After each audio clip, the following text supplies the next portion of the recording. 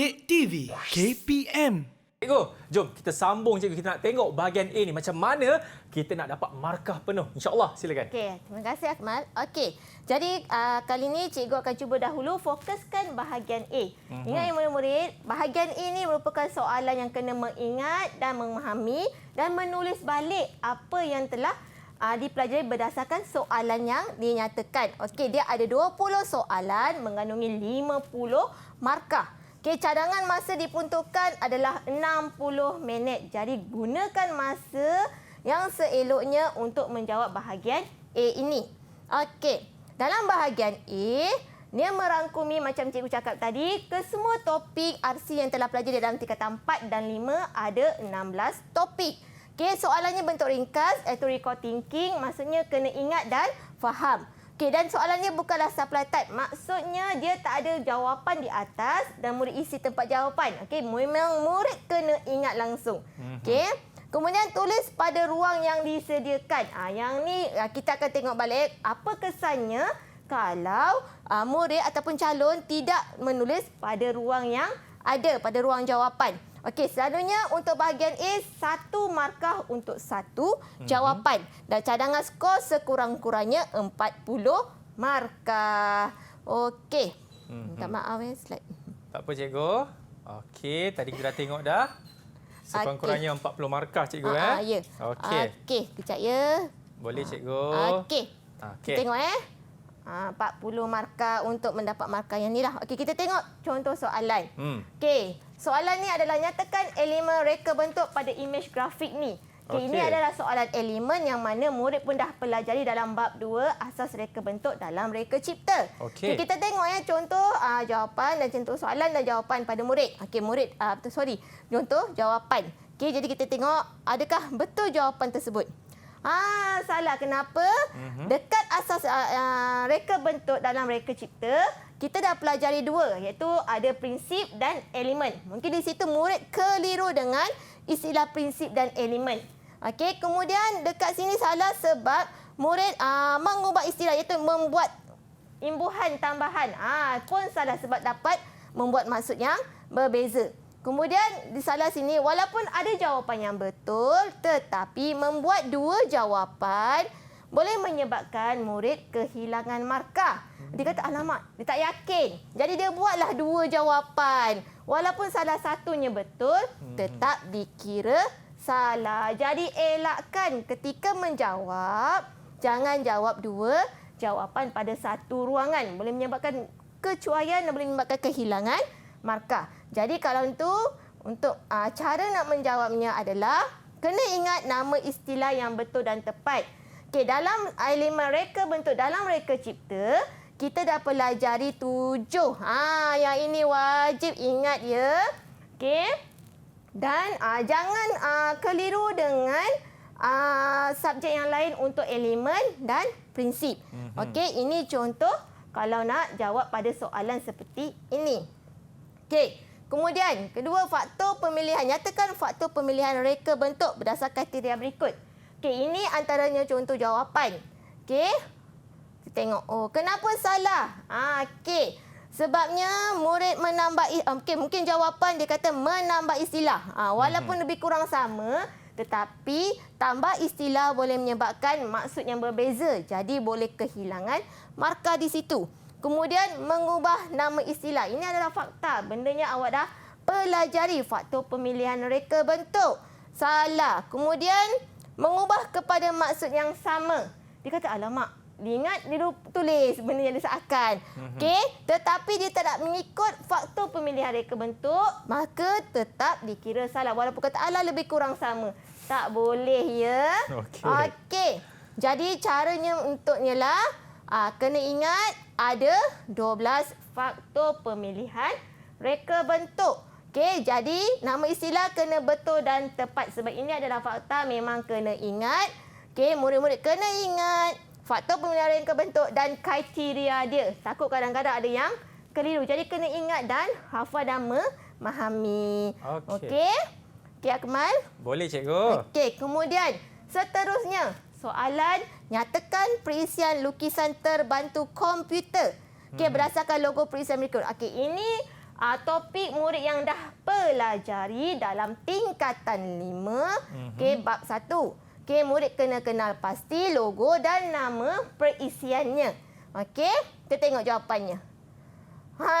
Salah. Sebabnya ejaan nama salah walaupun lebih kurang sama je sebutan tetap dikira salah sebab ia adalah fakta. Kemudian yang ni pun salah.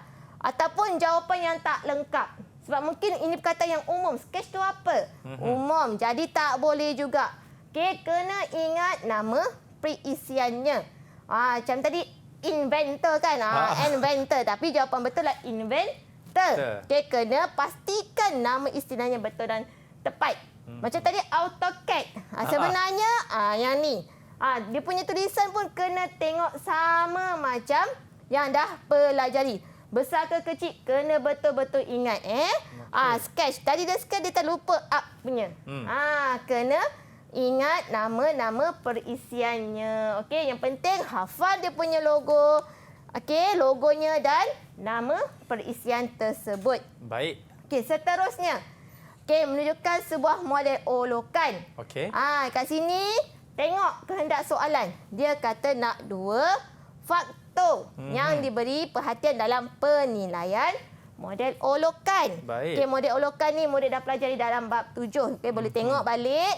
Ingat balik bab 7 tingkatan 4. Okey. Okey, kita tengok jawapannya. Salah. Kenapa?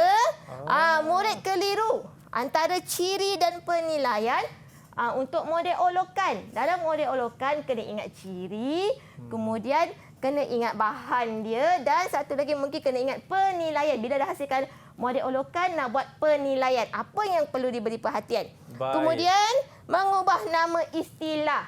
Pun dia tukar je alamat, mungkin rupa bentuk dia tulis. Tak boleh juga. Okey, cikgu. Satu lagi. Kalau saya nak tanya, dekat situ dia ada tulis menambah garisan sendiri untuk tambah jawapan lain. Maksudnya kalau kita nak tambah pilihan jawapan pun memang tidak boleh sama sekali ke, cikgu? Tak boleh sebab dia dah minta 2 faktor. Tak boleh jawab 3. Tengok kehendak soalannya, baca soalan betul-betul. Kalau dia kata nak 2, letak 2. Okey. Walaupun kalau pilihan jawapan tu saya dah tulis contohlah tidak berfungsi. Saya tulis pakai pen ni. Ya. Alamak, silap pula kan. Saya potong je, tulis pula jawapan di bawah garisan nombor 2 tu. Adakah ia masih lagi dikira salah, cikgu? Okey, kita tengok contoh jawapannya. Okey, Akmal. Kalau lah katakan, okey dah tulis dah kat sini. Okey, kalau ada 2 faktor kat sini. Kemudian katakan, Akmal kata tadi, alamak salah nak padam. Potong macam tu saja. Tetapi ada ruang. Kalau ada ruang lagi di bahagian tepi, tulis di tepi. Kalau tak, tulislah bahagian atas. Kalau lah kata dah panjang tulis jawapan asyik kan. Potong je. Kan. Kemudian tak ada ruang lagi dah. Okey, bolehlah pilihan terakhir jawab di dalam bahagian bawah. Tetapi kena ingat ya murid-murid, tulis nombor jawapan. Kalau orang kata dah potong semua, tulis nombor jawapan supaya yang tu tahulah ini adalah jawapannya. Kalau hanya tulis sahaja, kita tak tahu apa maksudnya. Mungkin boleh kehilangan markah. Okey, itu saya rasa tips kepada calon-calon SPM juga kan. Kalau kata alamak dah tulis panjang, kata entah tak ada ruang. Sebab kadang-kadang murid ni dia kata nak ambil masa nak padam. Jadi senang cerita dia gariskan. Potongkan. Jadi kena ingat kalau menulis jawapan di bahagian yang bawah, pastikan di pada bahagian bawah, janganlah tulis atas pula. Boleh menyebabkan kekeliruan jugalah. Okey, kemudian itu antaranya kena ingat ya murid-murid, terutamanya calon-calon, pastikan jawab pada ruangan jawapannya. Okey. Ini adalah penilaian model olokan yang mana ada 5. Okey. Seterusnya, nyatakan kelas sistem tuas berikut. Okey, dalam ruang yang disediakan. Okey, yang ini murid dah pelajari dalam bab 3 tingkatan 5. Bab sistem. Okey. Yang ni dikata soalan, dia menunjukkan gambar produk dan kenal pasti. Nyatakan kelas sistem tuas tersebut. Okey, kita tengok betul ke jawapannya. Okey. Salah. Okay, sebab nama istilah yang tak lengkap dia letak 2. 2 ni adalah perkataan yang umum. Tak tahu apa maksudnya 2. Kemudian letak perkataan English pula. 3 pula. Okey, contoh jawapan 3. Okey, penggunaan istilah bahasa Inggeris yang tak tepat, tak boleh. Okey, kemudian mengubah istilah. Nombor 1 ni bersama umum. Jadi nak jawabnya, kenalah tengok pada pengkelasan sistem tuas. Okey, kalaulah kata ada perkataan bahasa Inggeris dalam reka cipta, boleh tulis. Okey, kecuali murid memang tak boleh mengubah perkataan yang dah pelajari kepada bahasa Inggeris. Okey, sebab dalam buku teks ada istilah-istilah yang dalam bahasa Inggeris. Okey, contoh yang lainnya adalah ini, pengiraan. Pengiraan memang ada dalam soalan bahagian A. Yang mana murid kena mengira berdasarkan soalan yang diberikan. Yang ni minta peratus margin. Tengok murid, dia kata peratus. Okey, kesilapan kat sini ialah pertama, murid tak menulis rumus. Sebab apa rumus tu penting?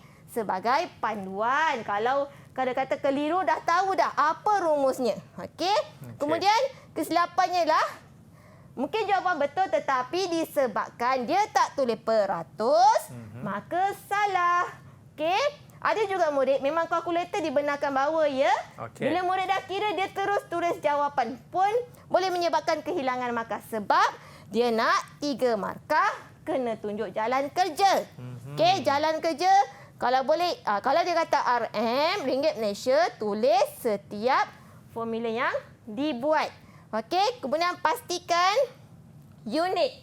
Unitnya adalah RM, minta maaf, itu unit dia 30% berdasarkan pengiraan. Kena tengok kehendak soalan. Kalau soalan kata letakkan penilaian harga, kena tengok harganya. Okey.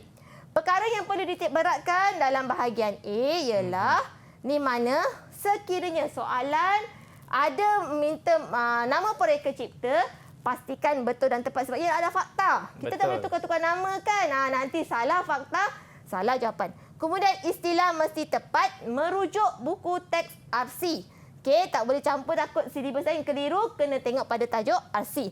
Kemudian ejaan nama alatan mesin. Kalau soalan berkaitan dengan alatan mesin, kena betul. Kemudian pengiraan kos, kena tengok soalan kehendak apa, sama ada perlukan nilai simbol ataupun unit RM. Kemudian tidak menambah garisan jawapan.